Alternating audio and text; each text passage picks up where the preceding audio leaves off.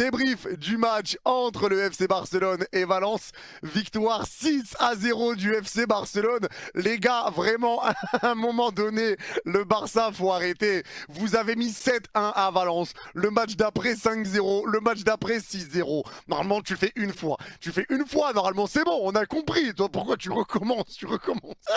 Le Barça est sans pitié. Les gars, le Barça, aujourd'hui, a sorti une performance XXL. Mais les gars, c'est trop. 6-0. Et le pire dans tout ça, c'est qu'il y avait une équipe qui avait énormément tourné. T'avais pas Lamine Yamal, t'avais pas Rafinha titulaire, il n'y avait pas De Jong et j'en passe. Il y a beaucoup de joueurs qui n'étaient pas là. Et ce qui est intéressant à noter aujourd'hui, au-delà du score, parce qu'il y aura des choses à dire sur ce match, c'est que même s'il n'y avait pas tous ces joueurs, tu as reconnu le FC Barcelone.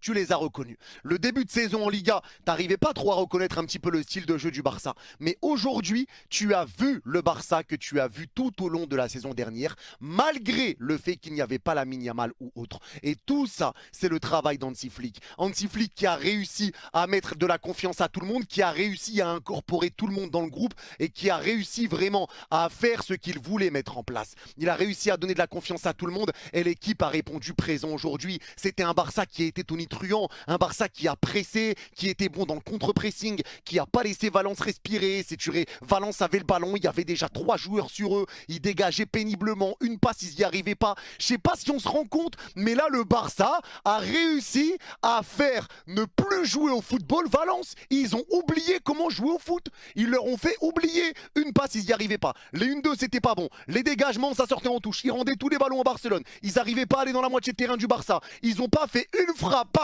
une frappe. 0 tir pour Valence jusqu'à la 70e minute. Les gars, vraiment, Valence sur ce match-là, ça a été la pire équipe que j'ai vue sur la saison. Le Barça les a totalement éteints.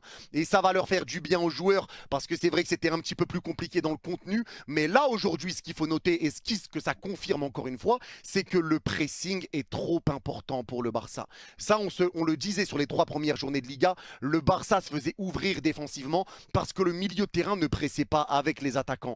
Donc quand il n'y a pas de pressing et que ta défense continue de jouer le piège du hors-jeu, il y a trop de largesse, il y a trop d'espace qui sont laissés au milieu de terrain, donc les équipes adverses, ils ont des boulevards et ils sont tranquilles pour mettre des longs ballons. Mais quand tu commences à presser et que ta défense joue le piège du hors-jeu, ça ne peut pas aller sans l'autre. L'un ne va pas sans l'autre. Il faut que ton milieu presse et que ta défense remonte. Là, ça fait parfait pour le piège du hors-jeu. Parce que si ton milieu presse pas et que ta défense monte, tu vas juste exploser. Là, tout était parfait. Tout était parfait. Et tu l'as vu. À chaque fois que Valence avait le ballon, ils essayaient de dégager ou autre, ils essayaient de partir en contre-attaque. Ils ont dégueulé. Ils ont dégueulé. On peut le dire là aujourd'hui, comme l'a dit Ken Sema en live. Aujourd'hui, le Barça, ils ont envoyé Valence 6 pieds sous terre. 6-0. Ils sont